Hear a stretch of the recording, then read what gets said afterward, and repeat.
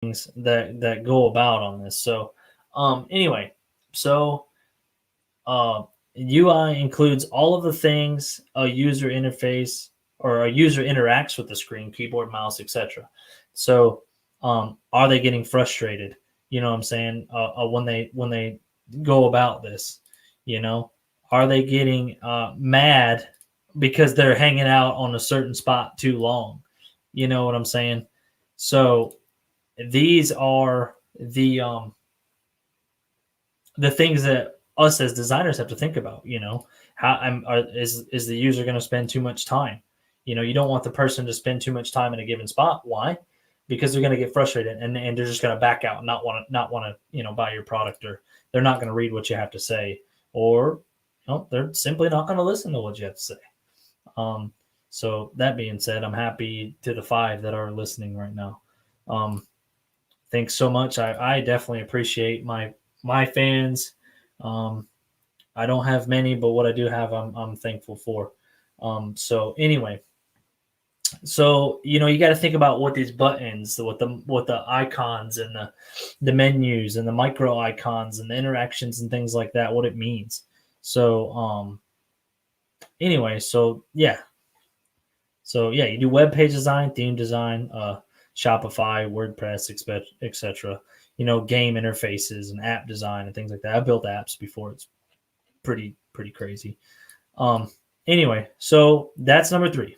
Number 2 is going to be the marketing and advertising design. This, when I said something about the magazine being probably number 2, I mean that is probably number 2, because advertising is a multi-trillion-dollar industry. Like, it literally is the fart that comes out of your ass being sold. You know what I'm saying? So these marketing and advertising designers make a fucking killing. So I try to come in here, and I think that one time I or no, actually I got a marketing job now. So, and I work from home now, thank God. But what does that look like, man? Like, I don't know. I don't know the marketing world. Never had a marketing job in my life. Do I understand it? A little bit, yeah. I had to know a little bit about it, because if I'm trying to sell graphic design to somebody and I don't know shit about the product, which that happens, people are like, hey, here's this duck.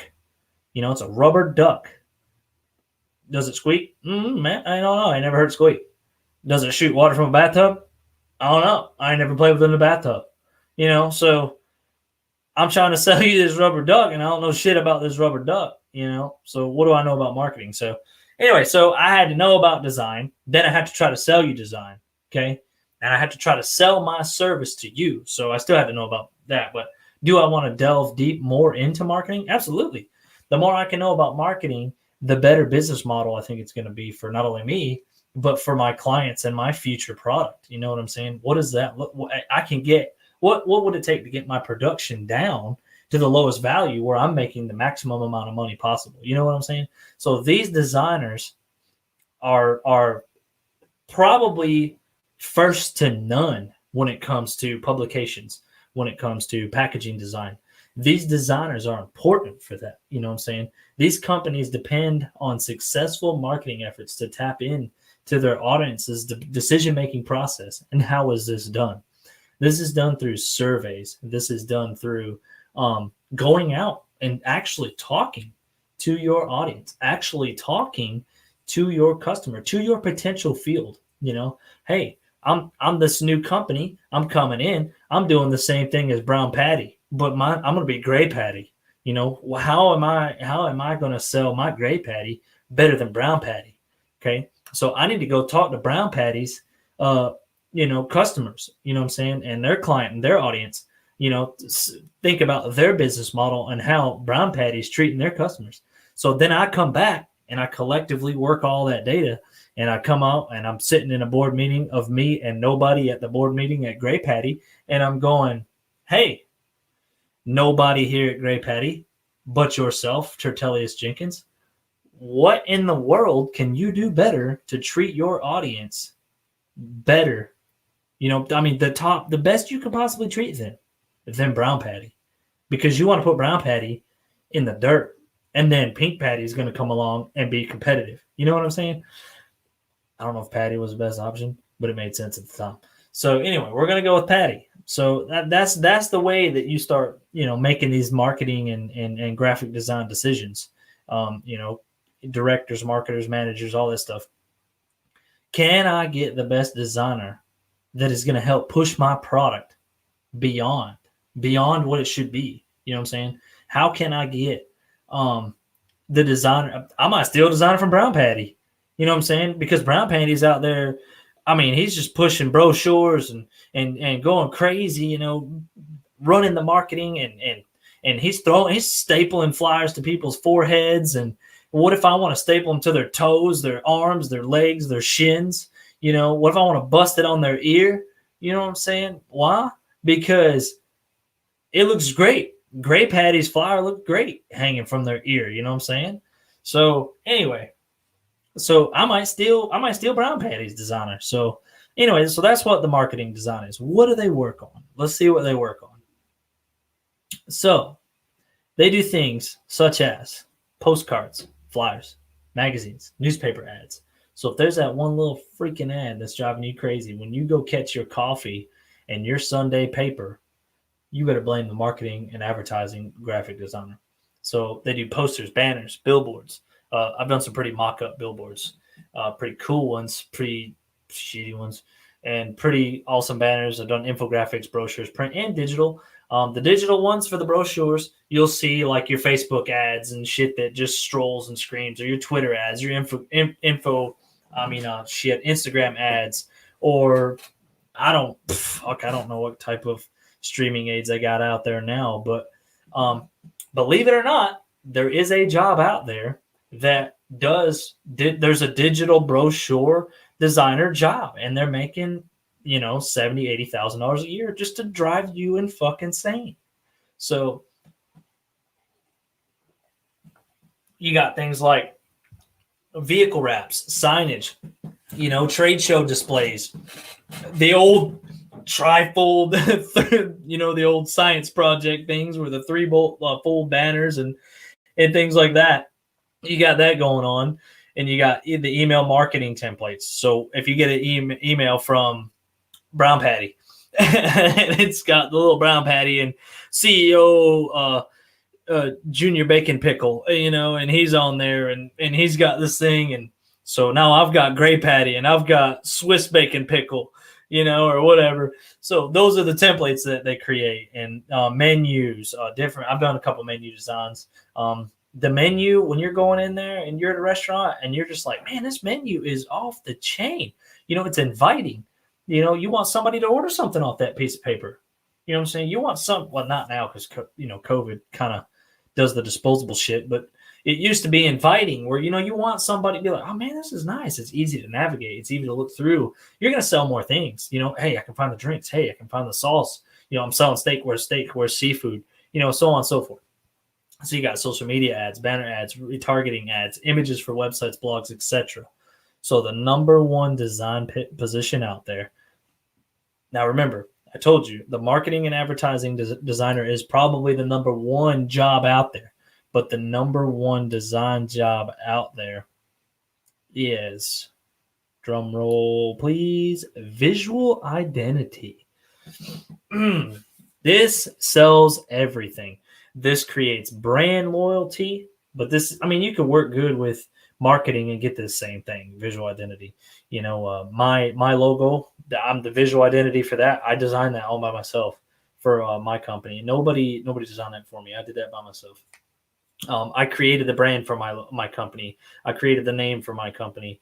I created the avenues and the price through tons and tons and tons and tons of research and different how not to's and how to's. So let's put it that way. So a brand is a relationship between a business or an organization and its audience. That's what it is. It's that virtual and digital warming handshake that you can get, knowing that when you do a product or do a service with Rival Turtle Photography and Design, that you are getting that 100% authentic Rival Turtle photography and design. You are getting the best possible design solution that you know you can get on the market right now. I don't know that, but I've done a ton of research to know that I'm about $150 to $200 below market right now, and I'm still profiting. Let's put it that way. So anyway, a brand identity is how the organization communicates its personality. So if I come up and I have a bad rep, a customer comes up to me or emails me, and I get this horrible email, which I'm doing a project in communications class right now about airlines booting off people. I don't know if you know that when they oversell, they have the option to boot you off and all this other stuff. It's a crazy fiasco. But if I get a nasty email, I need to investigate that email and try to figure out how I'm going to present this to the angered client. What is going to be the best possible way I can compensate this individual if compensation is a thing? What I'm saying, via my policies. Tone, essence, memories, emotions. I want to carry that care for each client through the design to the final product. Because my emotion went into it. I want them to have that emotion for the rest of their life via a logo, if that's what I do. If they use that logo for the rest of their company, the life of their company, and that is the logo that I created, that's an emotion for me that's endless. You know what I'm saying? It's an experience that I will carry for the rest of my life, even. So anyway, so the visual identity is, the face. So me, I'm Turtle. So that's what I try to carry a lot. I know a lot of you listening does not know what I look like, or you might, I don't know. That's fine. But that's who I am. I'm Talks with Turtle. That's my visual identity. I'm Turtle's Adventures. That's my visual identity. And I am everything at this point, Rival Turtle. Photography, design, anything under that umbrella is me.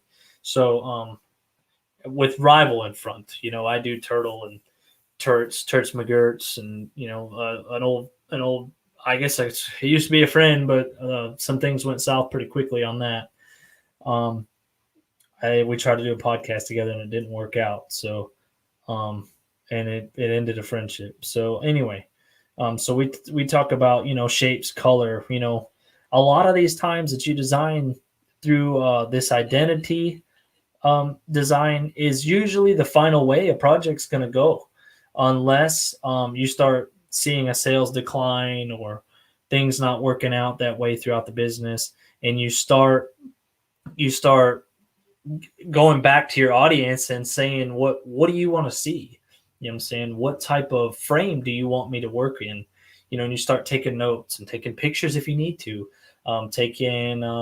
You can start taking things such as feedback from the client. Post it, good or bad. Be transparent with the next person in line, to a degree. You don't want to be like stupid transparent, but you get what I'm saying. So, and those usually are the times that you go through the rebrand process. You get that same great customer service, you get that same great customer support, but with a new face, as far as different policies in place to better conduct business and create business. So those are the types of guidelines and styles that you would work through the identity process. Or if you're starting a new business, like I said, you got brown patty. I want to do gray patty. So I would not mock brown patty, but I would try to, learn as much as I can about brown patty so that I can give that new warm welcome to gray patty to somebody or something like that. So that's the energy that I would carry through to it. So without further ado, that is my spiel on the 8 types of graphic design. Like I said, I am the illustration side, but no matter which way you see it, all 8 of these types of design are very, very, very cohesive. Illustration designer or a motion designer or a package designer or any one of these are capable generally of doing every 8, all 8 types of design. So it's very possible, if you're very artistic, such as I, so you don't have to really, stress too much about that. So I think this is going to about wrap it up unless anyone's got any questions via Facebook Live. I'm on Facebook Live. I'm on YouTube Live. And I'm on Podbean Live. Remember that these episodes, unfortunately, my manager's site only allows me to upload 2 hours at a time to Apple Podcasts, to Spotify, and iHeartRadio. It's unfortunate that happens. So as it only shows, I'm on iHeartRadio, Apple Podcasts, Spotify, and Podbean. Those 3 major sites, I only have 7 episodes showing, but I have 15 episodes. So I'm literally half capacity right now. I'm hoping to expand on that level here soon. StreamYard is going to be my host show for that. I'm waiting on to hear back from Roku still to hopefully get the TV show off the ground. I'm trying to boost content for that coming soon.